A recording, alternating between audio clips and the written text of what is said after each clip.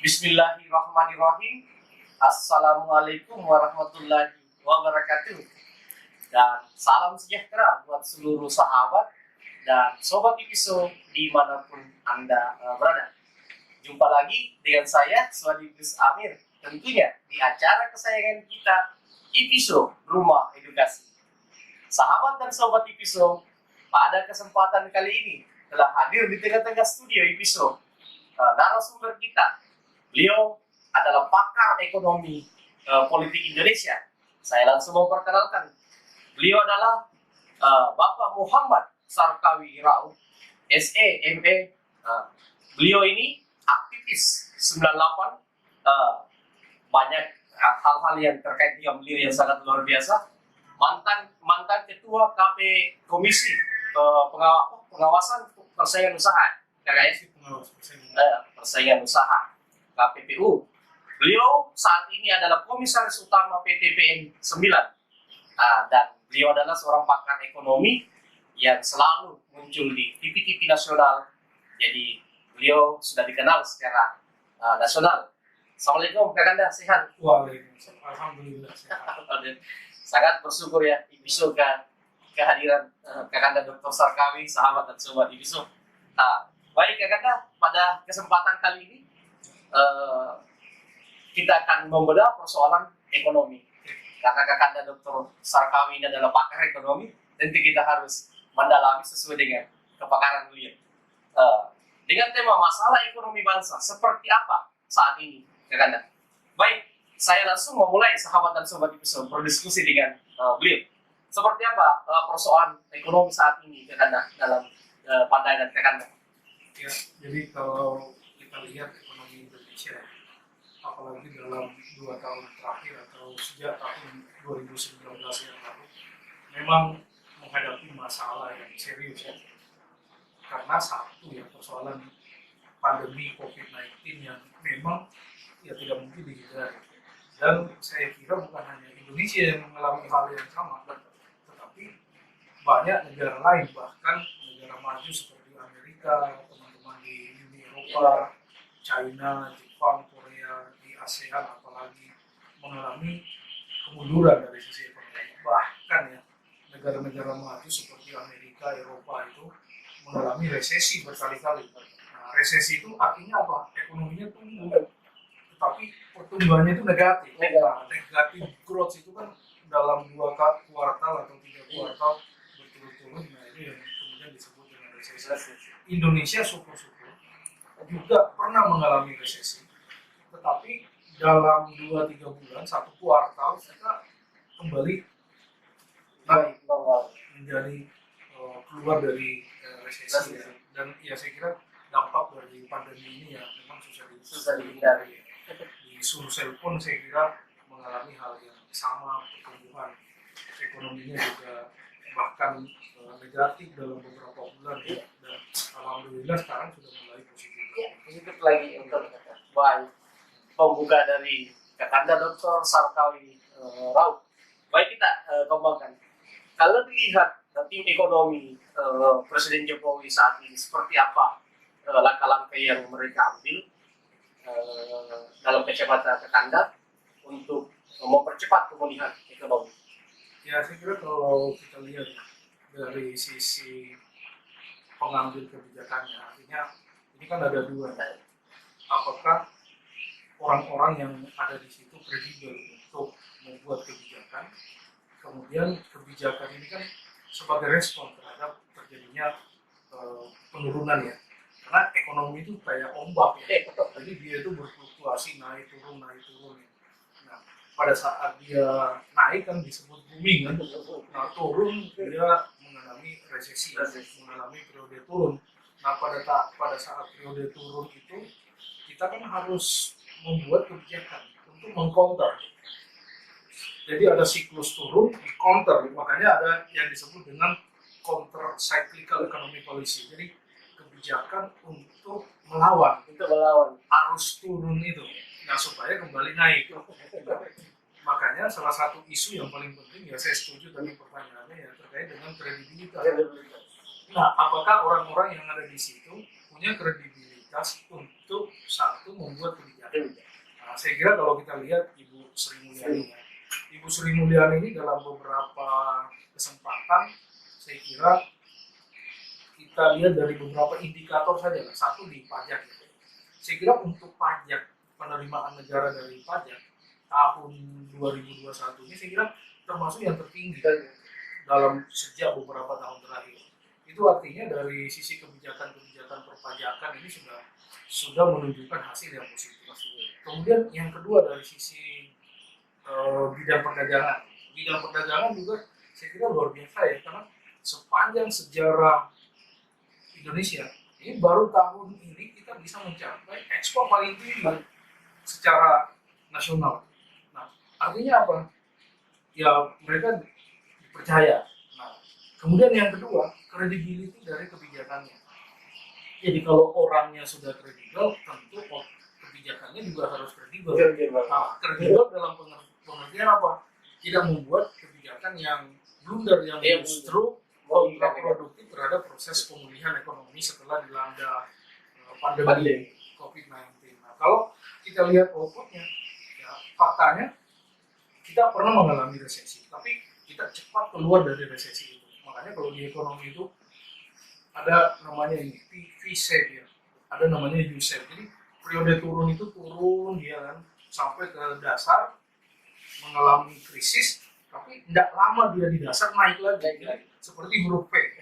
Nah, tapi ada juga yang dia turun bawah kan, terus di bawah lama mengalami krisis ya, baru naik. Nah, kalau kita lihat pola dari ekonomi Indonesia ini, dia itu turun, memang cepat turunnya, tapi di bawah itu nggak lama, langsung naik. Ini artinya apa?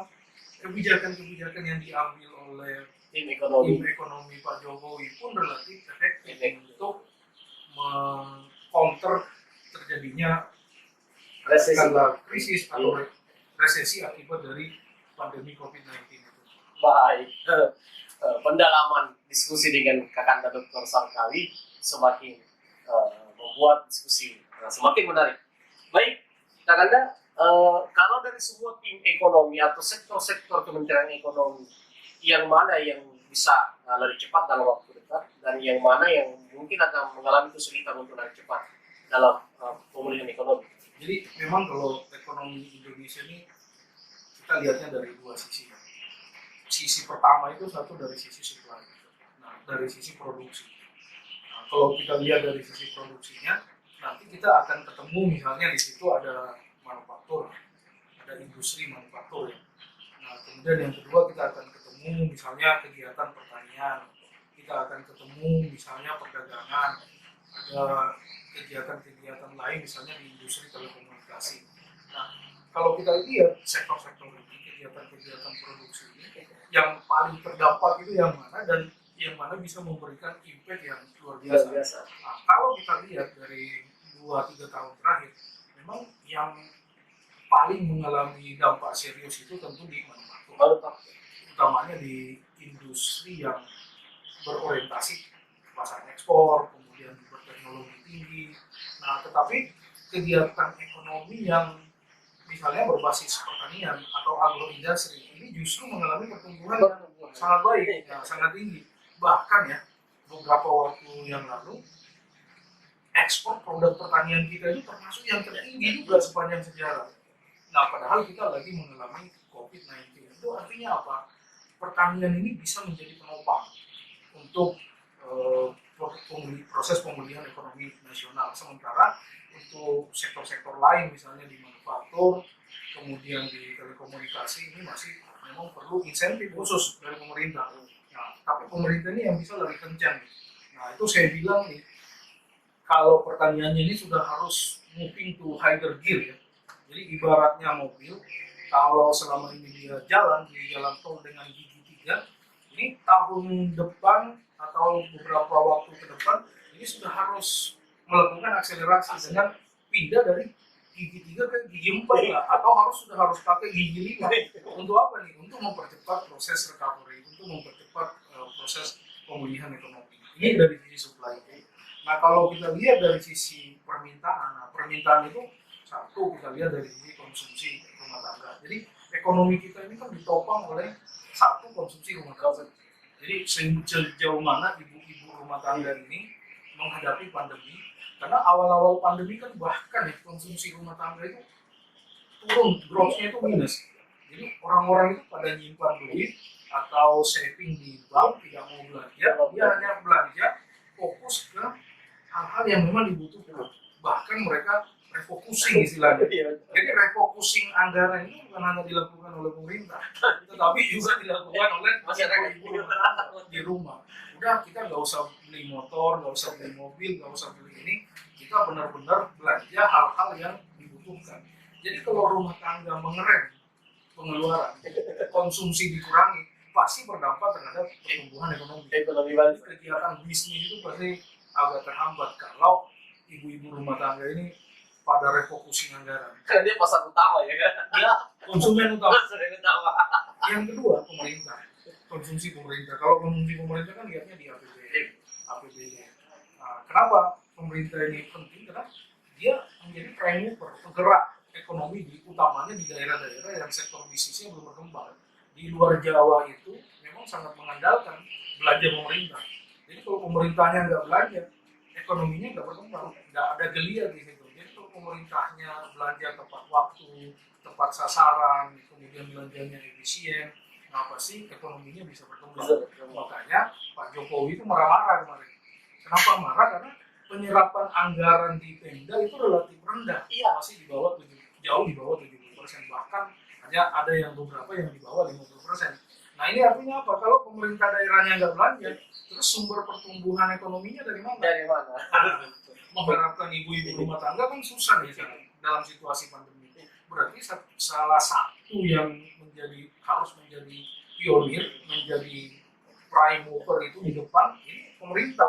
Tapi kalau pemerintahnya juga nggak belanja, nah ini gimana ekonomi bisa tumbuh? Makanya Pak Jokowi marah, kok si duit anggaran DAU, DAK yang sudah ditransfer oleh pusat ke daerah itu kok disimpannya di bank pembangunan daerah. Nah, harusnya ini kan digunakan untuk kepentingan pembangunan di daerah. Nah, kemudian yang ketiga ini yang penting investasi. Dalam situasi krisis seperti ini, kalau kita lihat data-data ekonomi yang dikeluarkan teman-teman di BPS maupun di Bank Indonesia, memang belanja swasta pun private expenditure itu masih sangat rendah. Itu artinya apa? Swastanya kita pun masih wait and see, masih lihat kondisi, masih nunggu sambil melihat perkembangan ini akan kayak apa ke depan. Utamanya pandemi. Nah, kemarin kita diserang oleh virus COVID-19 varian Delta.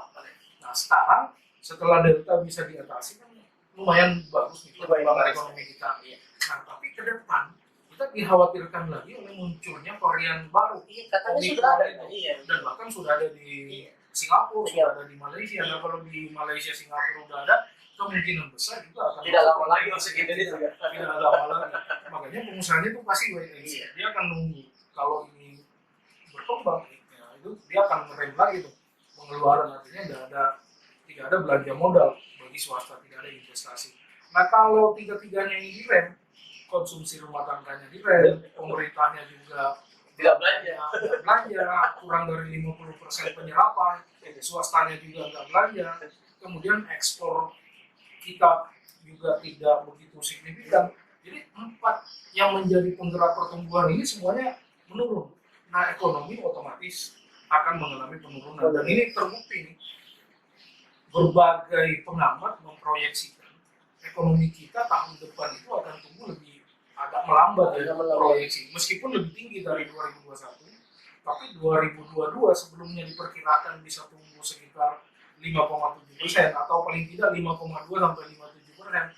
Bahkan sekarang lembaga-lembaga internasional pun seperti Asian Development Bank, kemudian World Bank, International Monetary Fund, dan semua perbankan utama di Indonesia itu ekonominya memproyeksikan bahwa kita hanya akan tumbuh sekitar 4,8 sampai 5% di bawah dari proyeksi sebelumnya. Ini artinya apa?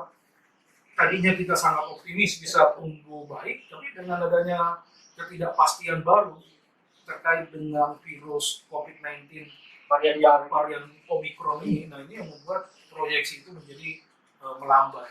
Nah, saya kira ya kalau ditanya apa yang bisa menjadi penggerak ke depannya. Iya, betul kan. Serunya pertanian. Pertanian kan. Kita fokus ke sektor pertanian karena memang ya fakta-faktanya memang pertanian selama ini menjadi penggerak ya. Perikanan gimana kan? Ya pertanian termasuk Perikanan satu paket tadi. ya pertanian dalam arti luas itu ada perikanan di situ, ada kehutanan di situ. Jadi semuanya ini yang kita harapkan bisa menjadi penggerak ya, termasuk di Sumsel. Nah kalau Sumsel ini bisa mau tumbuh ke depan dan sustain, tumbuh tinggi dan berkelanjutan, tidak ada cara lain kecuali fokus ke pertanian. Jadi bangun agroindustrinya, tapi agroindustri yang mana nih? Agroindustri yang punya potensi untuk kita jualan di pasar ekspor. Jadi tidak agroindustrial base yang ekspor oriented. Jadi orientasinya memang harus ke pasar luar negeri. Karena kalau di pasar lokal kemungkinan akan tertahan. Pasar lokal juga masih oke ya. Utamanya misalnya beberapa komoditi. Sumsel ini kan misalnya di beras. Beras itu kita daerah kelima penghasil beras terbesar di Indonesia. Yang terbesar kan masih Jawa Barat, ada Jawa Timur, kemudian Jawa Tengah, ada Sumatera Selatan atau Sumut, terus ada Sulawesi Selatan. Nah cuma dari daerah-daerah ini, Jawa Barat, Jawa Timur, Jawa Tengah, dia produksi banyak tapi kebutuhan berasnya juga banyak. Jadi mereka ini daerahnya bukan daerah surplus, tapi defisit. Beda dengan Sumsel. Sumsel ini produksi berasnya banyak, tapi konsumsinya tidak sebanyak mereka. Makanya kita surplus sampai sekian juta ton. Itu kita bisa jualan ke luar Jawa dan bahkan bisa ekspor yang untuk beras. Jagung juga begitu. Kemudian kakao di sektor perikanan saya kira juga seperti itu ya. Potensi tambak kita kan luar biasa besar ini harusnya. Apalagi udang komoditi khusus seperti Paname. Paname itu kan permintaan domestiknya sangat tinggi dan permintaan internasional juga sangat tinggi. Di Timur Tengah diminati, di Jepang, Korea diminati, di China diminati, Eropa, Amerika juga demandnya tinggi itu terhadap Paname. Nah ini peluang bagi kita di Sulawesi Selatan. Berarti sektor ini yang harus digenjot oleh Pak Jokowi kan, dalam arti kata penggunaan anggaran difokuskan ke sektor-sektor kemudian ya. Jadi ke depan mau tidak mau ya harus dorong pertanian menjadi penggerak ya. Karena ya faktanya selama ini memang seperti itu. Ekspor komoditi pertanian itu meningkat meskipun kita mengalami pandemi. Dan memang kalau kita lihat secara struktural ekonomi kita itu masih tergantung kepada sektor pertanian. Kontribusinya masih di atas 30% dari terhadap PDB. Artinya kalau ekonomi kita mau jalan ya sektor yang punya share paling gede itu yang harus didorong. Dan memang sektor pertanian ini sektor yang meskipun pandemi, meskipun orang berhenti bekerja, produk-produk pertanian ini tetap kita butuh. Kalau nggak makan kan mati. Betul. Harus beras kita butuh, di sini kan. sayur-sayuran kita butuh dan segala macam kita butuh. Karena berkaitan dengan kesehatan juga. Berkaitan dengan satu kesehatan, gizi dan lain-lain sebagainya. Sehingga ya ini menjadi sektor penopang. Nah, oleh sebab itu saya kira refocusing anggaran itu ya salah satunya masuk ke kegiatan yang berkaitan dengan pertanian agar lebih produktif anggarannya ya. Betul. Baik Kak, ini Kak Dr. Sarkali sebagai pakar ekonomi melihat dari sebuah kementerian yang berkaitan dengan sektor pengembangan ekonomi, sektor-sektor mana yang memang ya dalam arti kata perlu dievaluasi. Karena tentu presiden kan harus membuat kebijakan yang betul-betul efektif untuk bisa mengatasi problem ekonomi ini. Nah, dalam pandangan Kak Dr. Sarkali, sektor-sektor mana saja, kementerian apa saja yang mungkin kinerjanya apakah persoalan sumber daya atau apa dan lain-lain yang belum bisa berjalan maksimal. Jadi kalau kita lihat ya dari sisi ekonomi yang satu, ekonomi ini kan dia komandannya ini kan Pak Erlangga. Saya kira kalau dari sisi pengalaman Pak Erlangga ini kan sudah berkali-kali jadi menteri dan beliau pernah jadi menteri Industri satu periode kemudian menjadi Menko Ekonomi. Saya kira beliau seharusnya paham benar bagaimana mengelola bidang ekonomi.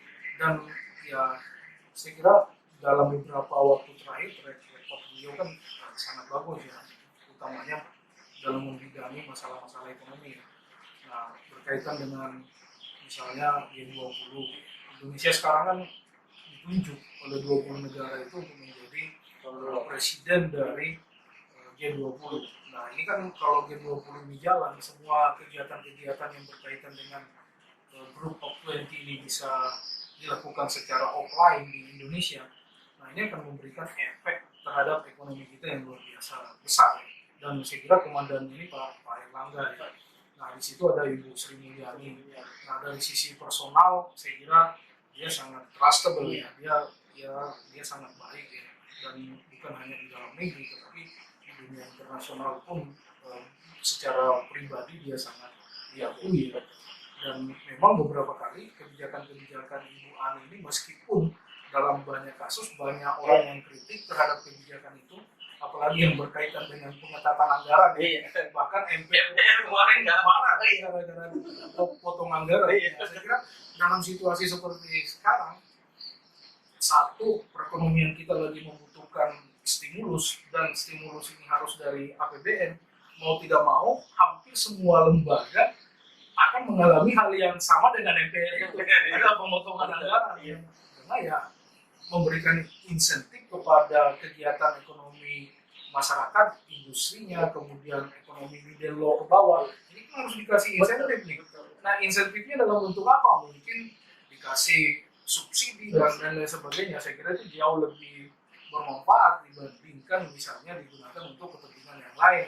Sehingga ya tidak ada jalan lain kecuali melakukan pemotongan anggaran. Apalagi kalau kita lihat ya tahun 2022 yang akan datang, APBN kita itu kan diperkirakan masih defisit 860 triliun.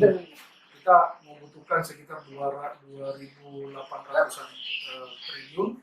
Kita hanya punya 1.900-an kan. Nah sisanya dari mana? Nah sisanya itu kan pasti dari utang, jualan surat utang. Nah jualan surat utang ini kan jadi beban di masa yang akan datang. Nah artinya Bu Ani berpikir udahlah daripada utangnya semakin banyak, lebih baik kegiatan-kegiatan yang tidak begitu produktif di kementerian maupun lembaga itu ya dikurangi, disunat lah, dilakukan refocusing ya, dan untuk dialihkan ke dana insentif ekonomi, utamanya insentif bagi masyarakat yang berpendapatan menengah bawah. Nah di situ juga ada Kementerian Perdagangan. Nah memang kalau Kementerian Perdagangan ini awal-awal ya, ini ya membuatlah satu dua blunder misalnya dari sisi kebijakan, misalnya pernah beliau itu minta untuk melakukan impor beras. Nah, padahal pada saat itu petani-petani kita justru akan memulai panen raya. Ini akan membuat harga gabah di dalam negeri jadi semakin rendah ya. Kalau mungkin tadinya udah di atas 5.000 gara-gara permintaan impor itu membuat harga gabah itu jadi turun di bawah 5.000 lagi. Nah, ini kan jauh di bawah harga pokok atau biaya pokok petani kita ya, dan ini kan merugikan petani. Nah tapi kan setelah itu kan kebijakannya agak landai ya, agak adem ayem. Nah saya nggak tahu nih bagaimana ke depan berkaitan dengan Kementerian Perdagangan. Kemudian di investasi kan juga begitu ya. Bahlil itu juga sangat tidak ada peningkatan signifikan. Jadi cuma Pak Bahlil ini salah satu key sukses beliau itu karena ini berhasil meluncing OSS itu, Online Single Submission. Jadi OSS itu instrumen perizinan satu atap. Jadi kalau di Pemda-Pemda itu kan ada perizinan satu atap. Nah ini ada perizinan secara nasional yang dilakukan secara online melalui OSS tadi itu. Jadi semua proses perizinan yang membutuhkan rantai birokrasi yang sangat panjang, dengan adanya OSS ini menjadi lebih singkat, birokrasinya lebih pendek, sehingga waktu yang diperlukan itu tidak mungkin 3 hari udah cukup untuk memulai bisnis di Indonesia ya. Nah saya kira itu salah satu tuh prestasi dari Kementerian Investasi. Dan saya nggak ngerti ya, jadi kalau pertanian kan ya jelas ya, ekspornya semakin baik. Nah ini di perikanan juga saya nggak ngerti apa yang terjadi dalam satu Gaungnya agak menurun. Agak menurun. Kalau UMKM agak bagus saya lihat. Entah bagaimana pandangan kan? UMKM ini kan penggerak utama. Nah ini salah satu ya dana pemulihan ekonomi nasional itu kan harusnya di situ. banyak karena insentif yang diberikan oleh pemerintah kepada pelaku usaha kecil dan menengah ini kan urusannya dengan Kementerian UMKM itu.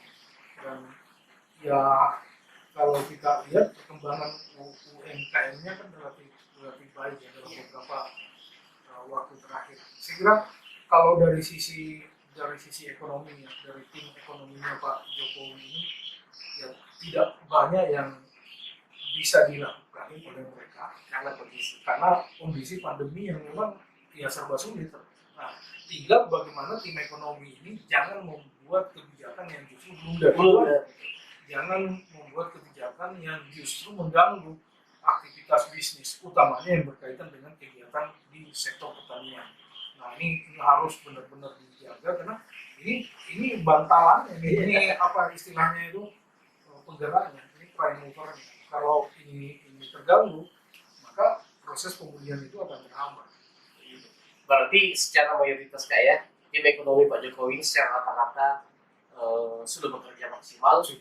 Kalaupun belum bisa maksimal karena kondisi barangkali. Ya, ini artinya susah untuk menilai seberapa baik dia melakukan upaya akselerasi di bidang ekonomi. Karena bertahan di tengah krisis saja itu sudah sangat baik ya. Artinya mempertahankan ekonomi kita bisa tumbuh positif itu sudah sangat baik. Dan kita nggak bisa banyak berharap dalam situasi seperti sekarang ini, kecuali anggaran pemerintah ini yang benar-benar harus dimaksimalkan, ya, dimaksimalkan penggunaannya, benar-benar tepat sasaran dan bisa menjadi penggerak ekonomi di tengah ancaman pandemi COVID-19 ini. Dan di semua negara seperti itu kejadiannya.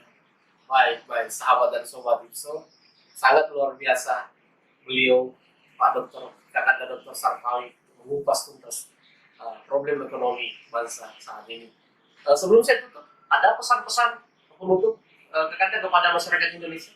Yang pertama saya kira ya, kita tetap harus berhati-hati ya di tengah pandemi COVID-19, apalagi ada varian baru Omicron.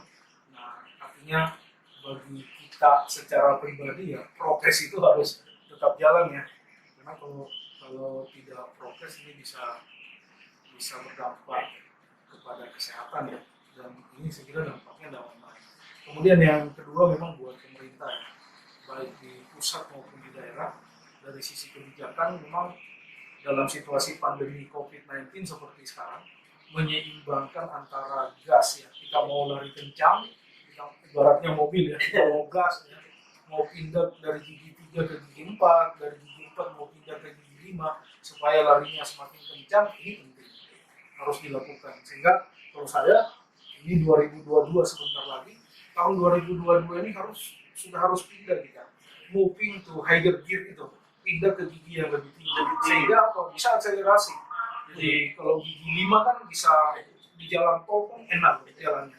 Nah, tetapi meskipun gasnya kencang, kemudian giginya sudah di gigi 4 atau gigi 5, nah remnya pun harus siap siaga ya, sehingga mengkombinasi antara gas dan rem ini harus benar-benar dilakukan secara seimbang ya, sehingga kita tidak terjebak di dalam